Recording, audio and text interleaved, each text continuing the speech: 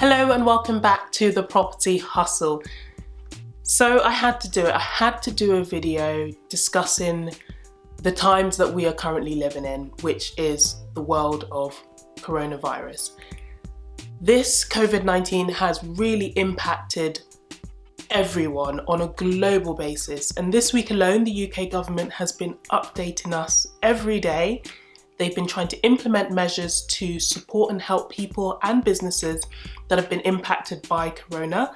And there's just been a lot of changes. It's been so fast moving. Things have escalated and advanced quicker than I or anybody else in the UK probably could ever have imagined.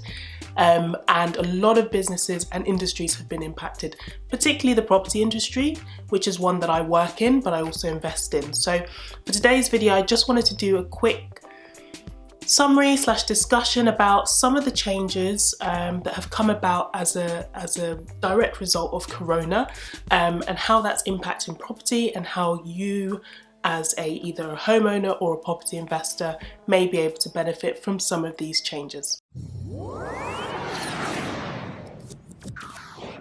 The first major change was the base rate cut. Now, the base rate, the UK base rate, which is set by the Bank of England, a little over a week ago was at 0.75%. Now that was low in itself, right?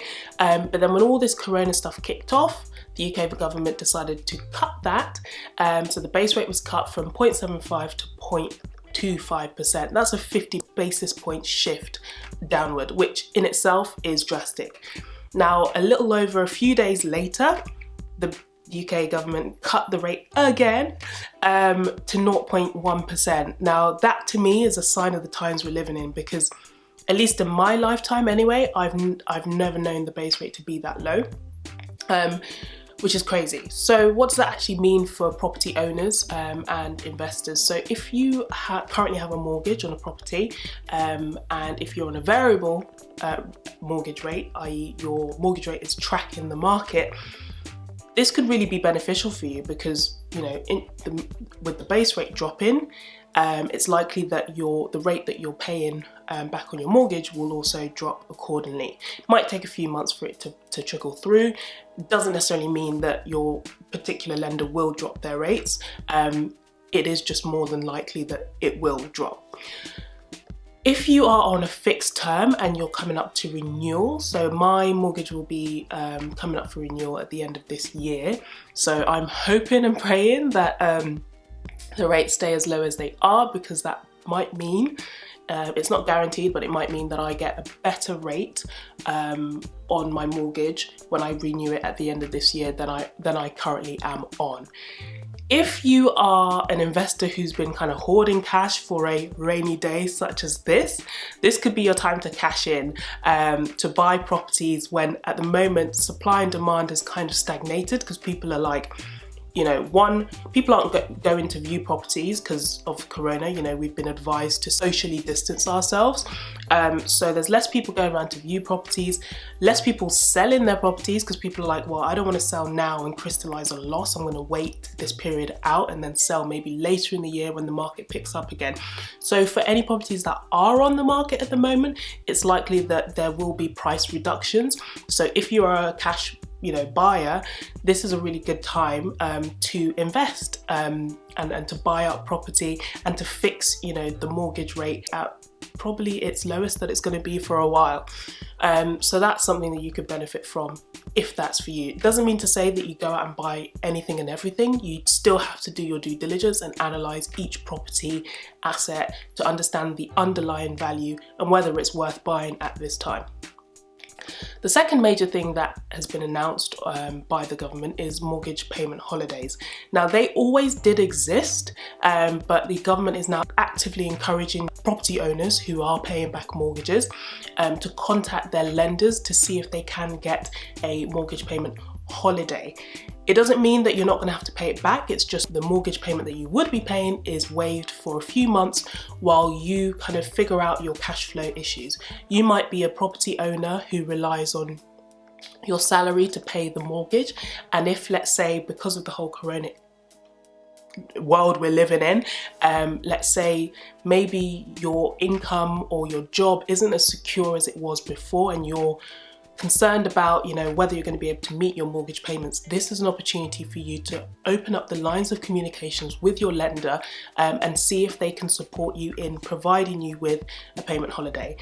There might be some criteria behind it. You might need, I'm pretty sure you have to have your payments have to be up to date, and they'll have to run, their own kind of test on you to just ensure that they are happy to give you that payment holiday, but it's worth having the conversation. Now, if you are a landlord, a buy-to-let investor like myself, you might have tenants who themselves are concerned that they're not going to be able to meet your rent payments, and i.e. you won't then be able to pay your mortgage.